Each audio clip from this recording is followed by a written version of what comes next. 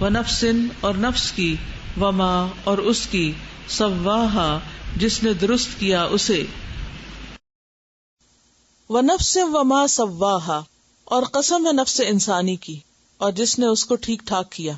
انسان کو ٹھیک ٹھاک کرنے سے مراد کیا ہے؟ جسمانی طور پر بھی اور ذہنی طور پر بھی.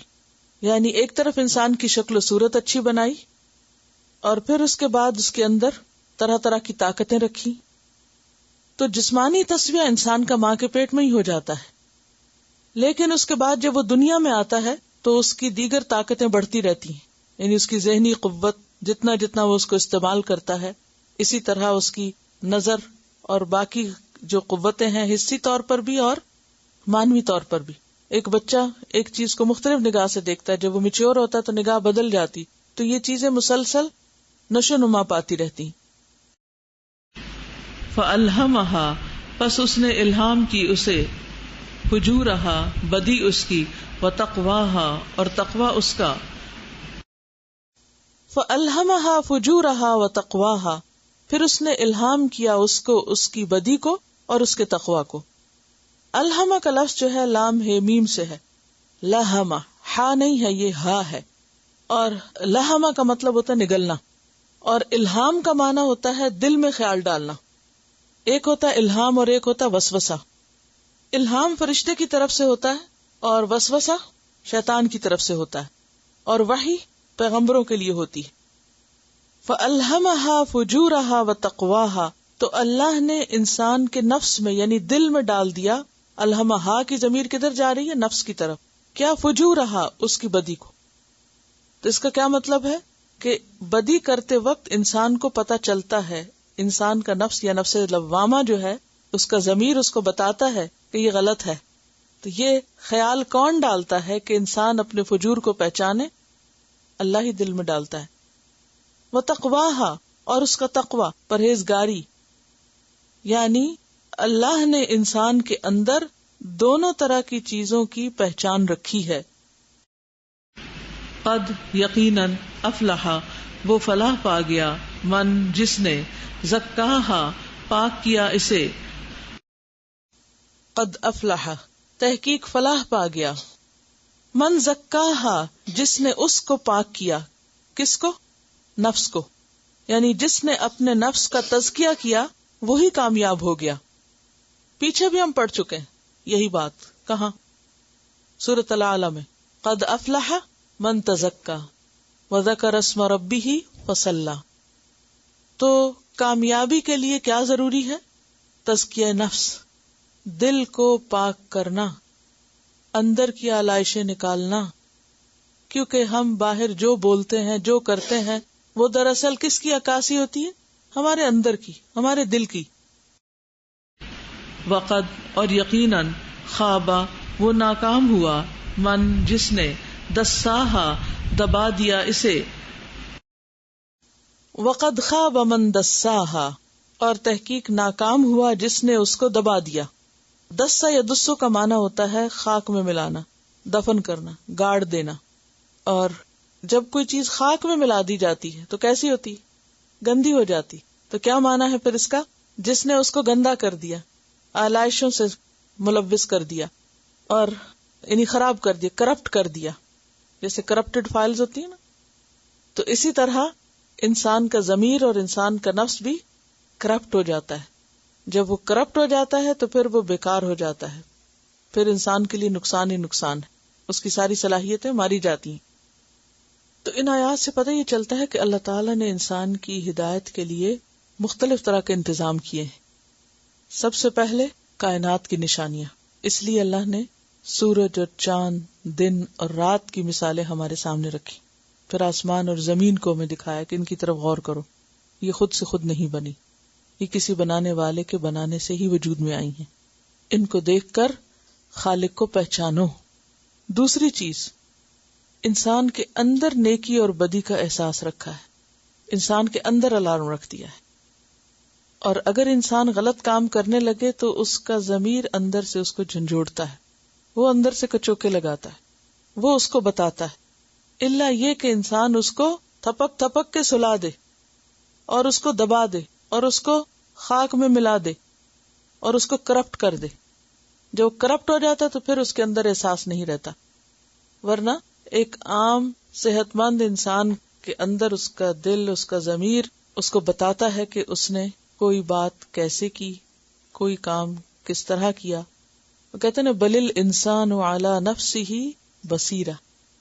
یہی بصیرت ہے اپنے دل کو جھانک کے خود دیکھنے کی کہ میں نے کوئی بھی کام کیسے کیا، صحیح کیا یا نہیں کیا.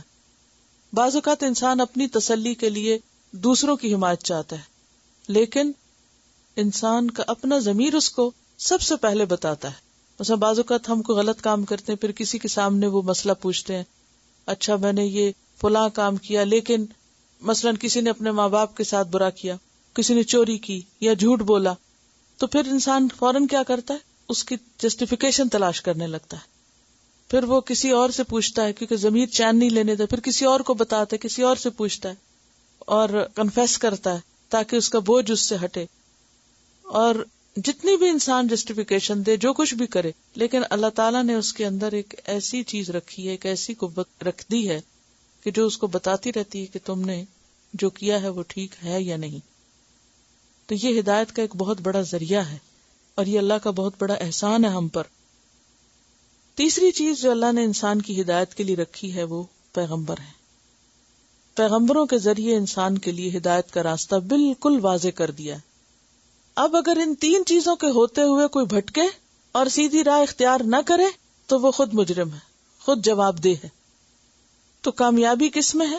تزکیہ کر لینے میں، دل کو چمکا لینے میں، کیونکہ پھر وہ اندر ہی ایک رہنما موجود ہوگا.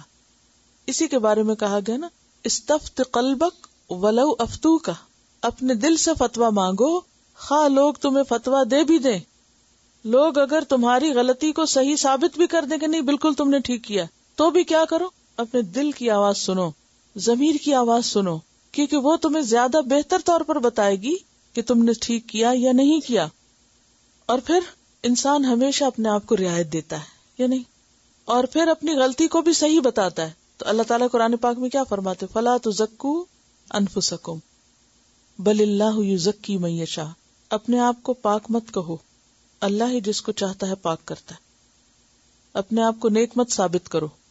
ایک اور جگہ پر آتا ہے ولولا فضل اللہ ما زکا منکم احد ابدا. اگر اللہ کا فضل نہ ہوتا تو تم میں سے کبھی بھی کوئی پاک نہیں ہو سکتا تھا. ایک اور جگہ آتا ہے بل اللہ یزکی من یشاء. یہ اللہ یا جو جس کو چاہے وہ پاک کرے. لیکن پاک کرنے کے لیے نفس کو کیا چاہیے ہوتا ہے؟ نبی صلی اللہ علیہ وسلم نے کیا کیا تھا؟ تین چیزیں فائدہ دیتی ہیں سب سے زیادہ. نمبر 1 قرآن کی تلاوت. قرآن دلوں کا زنگ دھوتا ہے. یتلو علیہم آیاتی. اگر آپ قرآن نہیں پڑھتے، قرآن کی تلاوت نہیں کرتے تو دلوں کی صفائی نہیں ہوتی. نمبر 2 یعلمہم الکتاب. کتاب کی تعلیم، سیکھنا اور سکھانا، یہ دونوں چیزیں فائدہ دیتی ہیں. تزکیہ کا بہترین طریقہ ہے. نمبر 3 والحکمہ. نبی صلی اللہ علیہ وسلم کی تعلیمات. آپ نے صحابہ کا تزکیہ کیسے کیا تھا؟ انہی طریقوں سے کیا تھا، انہی چیزوں سے کیا تھا. اگر انسان ان چیزوں کو چھوڑ کر، یعنی نہ تو قرآن پڑھائے، یعنی نہ تلاوت کرے، نہ تعلیم حاصل کرے، نہ تعلیم دے، نہ حکمت سے اس کا کوئی تعلق ہو، اور کہے کہ میں کوئی چلے کاٹ کے اپنا تزکیہ کر لوں گا، تو یہ نبی صلی اللہ علیہ وسلم کا طریقہ نہیں. اللہ نے یہ طریقہ نہیں سکھایا تزکیہ کا. بعض لوگ تزکیہ نفس کے نام پر کیا کرتے ہیں؟ نفس کشی کرتے ہیں. مثلاً کیا کرتے ہیں؟ کسی کو پتا ہے کچھ کیا کیا کرتے ہیں؟ اپنے آپ کو سخت اذیتیں دیتے ہیں، دھوپ میں کھڑے رہتے ہیں. بعض لوگ کھاتے نہیں ہیں، بعض لوگ اپنے آپ کو آئسولیٹ کر لیتے ہیں، اور بعض لوگ عرصے دراز تک کچھ نہ کھانے کی وجہ سے ہڈیوں کا ڈھانچہ بن جاتے ہیں، اور وہ کیا سمجھتے ہیں کہ ہم مادی ضروریات سے جب الگ رہیں گے تو ہمارا تزکیہ ہو جائے گا. نبی صلی اللہ علیہ وسلم نے نہ تو کھانے پینے سے منع کیا سوائے اس کے کہ جو حرام ہو اور اسراف ہو اور ضرورت سے زائد ہو. نہ ہی شادی کرنے سے منع کیا ہے، کیونکہ بعض لوگوں کے خیال میں کیا ہے، تزکیہ کے لیے شادی نہ کرو، کیونکہ شادی کی تو پھر بیوی ہوگی، بچے ہوں گے، ان سے محبت ہوگی، ان کا خیال ہوگا، تو شاید یہ نفس اس میں ہمارا بگڑ جائے. لیکن کیا ہوتا ہے کہ جب انسان غیر فطری طریقوں سے اپنا تزکیہ کرنا چاہتا ہے تو شیطان اس کو پھانس کے کہیں نہ کہیں اس سے غلطی کراتا ہے. لہذا فطری طریقے پر اپنی ضروریات کو پورا کرنا اور ایک ازدواجی زندگی کو حلال طریقے سے بسر کرنا یہ تزکیے کی راہ میں رکاوٹ نہیں ہے اگر انسان اس کو حدود کے اندر رکھے. پھر اس کے علاوہ عام طور پر نعمتوں سے لوگ خود کو محروم کر لیتے ہیں. تو نبی صلی اللہ علیہ وسلم نے ان کو بھی حرام نہیں کیا. جو چیز اللہ نے حلال کی وہ آپ نے حرام نہیں کی، بلکہ ایک موقع پر جب آپ نے اپنے لیے شاید حرام کیا تو اللہ تعالیٰ نے کیا فرمایا؟ لما تحرم ما احل اللہ لک. تو اللہ کی حلال کی ہوئی چیزوں کو بلا وجہ اپنے اوپر حرام کر کے یہ سمجھنا کہ اس سے ہمارا تزکیہ ہوگا، یہ درست نہیں. بعض لوگ زیب و زینت کی ہر چیز اپنے اوپر حرام کر لیتے ہیں. نبی صلی اللہ علیہ وسلم سے بڑھ کر خوشبو کس کو پسند تھی؟ آپ خوشبو کا استعمال کرتے تھے، اس طرح صاف ستھرے رہتے تھے. تو جائز حد کے اندر حلال ذریعے سے دنیا کی نعمتوں سے فائدہ اٹھانا اور ان کو اللہ کی عبادت اور اللہ کے دین کی خدمت میں ایک مددگار چیز بنا لینا، یہ پسندیدہ اور یہ تزکیہ کی طرف لے جاتا ہے انسان کو. یعنی مثلاً اگر آپ کے پاس کوئی بھی دنیا کی نعمت ہے یا سہولت کی چیز ہے اور آپ اسے استعمال کرتے ہیں اللہ کے راستے میں، تو اس سے کیا ہوگا؟ مزید آگے جانے کا موقع ہوگا. اور اگر آپ ان چیزوں سے محروم کر کے اپنے آپ کو اور پھر کسی کام کے قابل نہیں رہتے، نہ اپنی مدد نہ کسی کی خدمت کے، تو یہ کوئی تزکیہ نہیں ہے. تو بنیادی طور پر تزکیہ کا وہی طریقہ ہے جو نبی صلی اللہ علیہ وسلم نے اختیار کیا. اب کیا ہے کہ تزکیہ کے لیے پھر مزید اللہ کی مدد چاہیے ہوتی.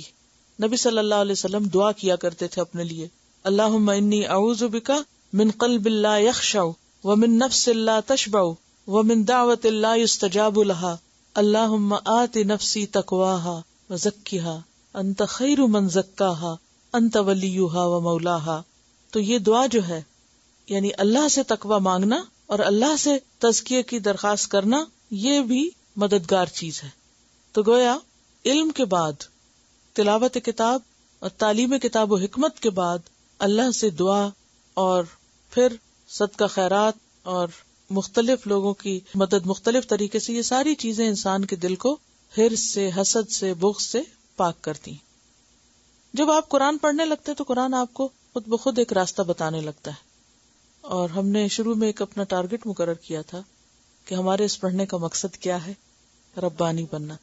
وَلَٰكِن كُونُوا رَبَّانِيِّينَ بِمَا كُنتُمْ تُعَلِّمُونَ الْكِتَابَ وَبِمَا كُنتُمْ تَدْرُسُونَ.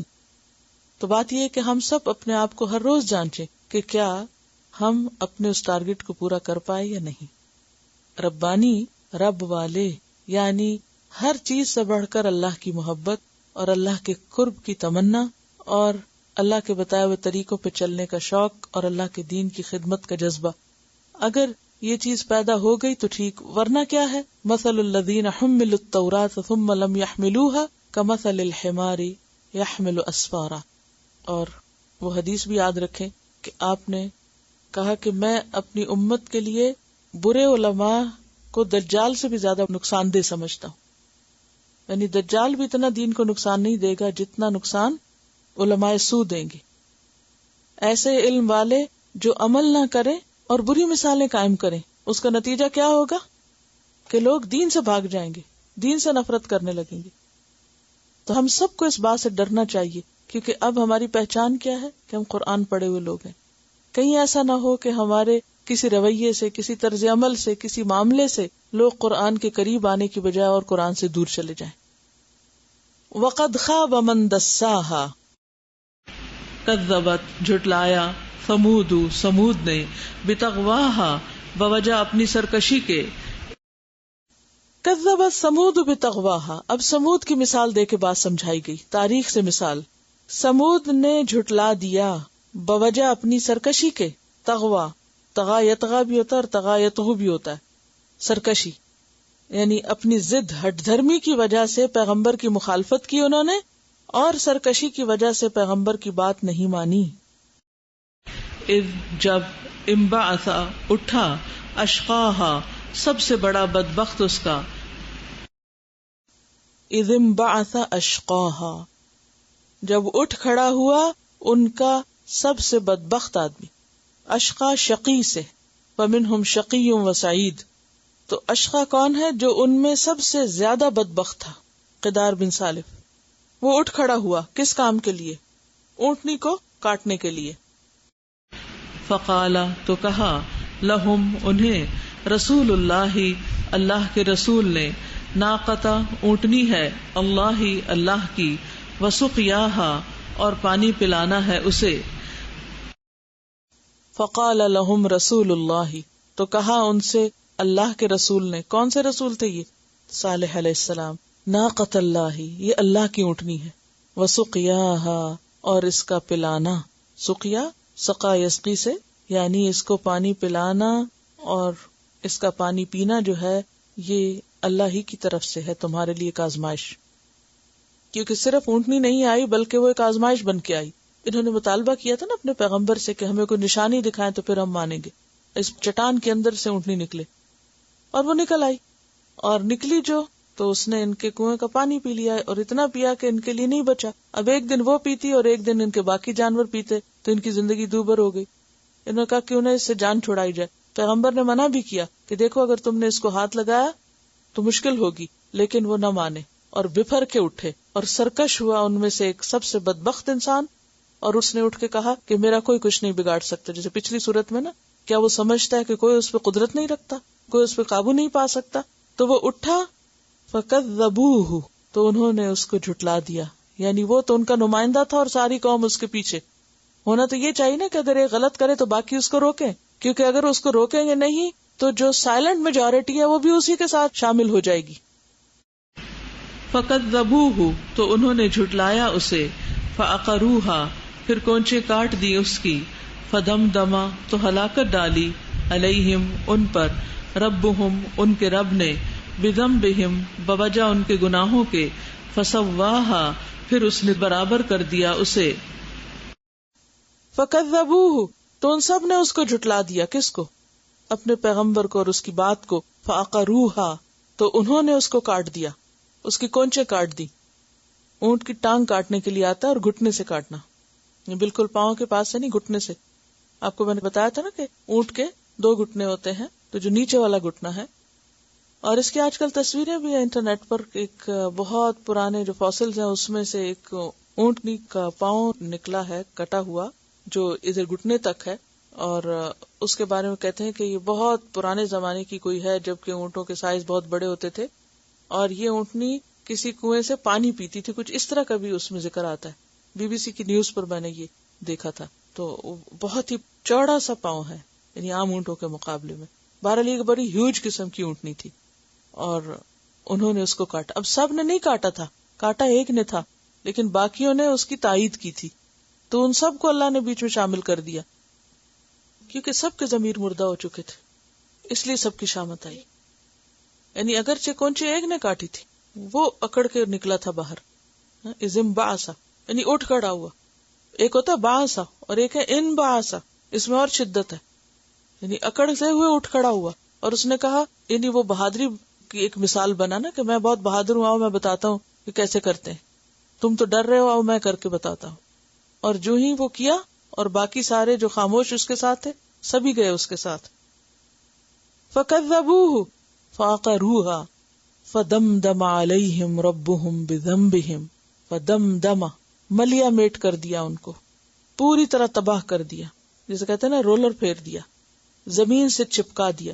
اصل میں دم ایسا مارنا ہوتا ہے کہ مار کے زمین سے چپکا دینا, یعنی برابر کر دینا, بالکل تباہ کر دیا. فدمدم علیہم, اب دیکھیں لفظ کے اندر کتنی شدت ہے. فدمدم علیہم ربہم تو ملیا میٹ کر دیا ان کو ان کے رب نے. بذنبہم ان کے اس گناہ کی وجہ سے. فسواہا پھر برابر کر دیا ان کو, یعنی اس قوم کو, یعنی ان کی صفائی کر دی, اونچ نیچ ختم کر دی. تسویہ کا کیا مطلب ہوتا ہے؟ اوپر نیچے کو برابر کر دینا. جیسے آپ روٹی بنانے لگتے نا تو آپ اس پہلے پیڑا بناتے, پھر اس کو برابر کرتے, ہموار کرتے ہیں چاروں طرف سے, پھر اس کے اوپر بیلنا چلاتے ہیں تو وہ پھر کیا ہوتا ہے, بالکل اسٹریٹ ہو جاتی. اس کو کہتے ہیں تسویہ, برابر کرنا, اونچ نیچ ختم کر دینا. اور دمدمہ کا کیا مطلب ہے؟ مار کے نیچے برابر کر دینا. یعنی ان پہ ایسی آفت آئی کہ ان کی جو تھی ہڈیاں اور ان کی جو لاشیں تھی وہ بھی کوئی اٹھانے والا نہیں تھا, وہیں پر پڑے پڑے گل سڑ کے ختم ہوئے, اور صفائی ہو گئی ایک طرح سے اس زمین کی, اس اعتبار سے کہ کوئی ان میں سے چلنے والا باقی نہ رہا, سب کو برابر کر دیا. ولا اور نہیں یخاف وہ ڈرتا عقباہا اس کے انجام سے، ولا یخاف عقباہا اور نہیں وہ ڈرتا اس کے انجام سے. یعنی اللہ نے جب ان کو تباہ کیا تو اللہ کو کوئی ڈر نہیں تھا کہ پھر ان میں سے کوئی اٹھ کے مجھے کچھ کہے گا. یعنی ان کی عاقبت سے اللہ کو کوئی ڈر نہیں، یعنی وہ جس انجام کو پہنچے وہاں سے پلٹ نہیں سکتے تھے، مکمل تباہی کر دی ان کی. یعنی ایک تو یہ ہے کہ پورے قرآن کا خلاصہ ہو رہا ہے، دوسری بات یہ ہے کہ قسمیں کھائی گئیں اور کائنات کی مختلف چیزوں کو گواہ بنا بنا کے انسان کو سمجھایا گیا. اور اصل موضوع کیا ہے قرآن کا؟ انسان ہی، کہ انسان کی ہدایت مطلوب ہے، اور طرح طرح سے سمجھایا، کھول کھول کے سمجھایا. کوئی ایسی چیز نہیں کہ جو انسان کو سمجھ نہ آئے. یعنی انسان قیامت کے دن یہ بہانہ نہیں کر سکتا کہ یا اللہ مجھے تو پتہ ہی نہیں تھا کہ اچھا کیا اور برا کیا ہے، اور میں تجھے کیسے پہچانتا، مجھے تو کسی نے بتایا ہی نہیں تھا. یہ ساری کائنات بتا رہی ہے کہ کوئی ہے پیدا کرنے والا، تو خالق کی پہچان ہو گئی. نمبر 2، کوئی یہ نہیں کہہ سکتا کہ مجھے تو نہیں پتا تھا کیا اچھا ہے اور کیا برا ہے، کیا غلط ہے کیا صحیح. کہا اندر نے نہیں بتایا. انسان کا اپنا جسم، انسان کا اپنا ضمیر، اس کا اپنا اندر بول اٹھے گا کہ ہاں اس کو پتا تھا کہ جو کر رہا ہے وہ صحیح نہیں ہے، لیکن اس نے کیا کیا، اس آواز کو سنا ہی نہیں، بلکہ اس کو اتنا کرپٹ کر دیا کہ پھر وہ بولتا بھی نہیں تھا. یعنی جب انسان اپنے اوپر بہت زیادہ ٹیمپرنگ کرتا ہے تو پھر ایک وقت آتا ہے کہ وہ اعلیٰ کام بھی نہیں کرتا.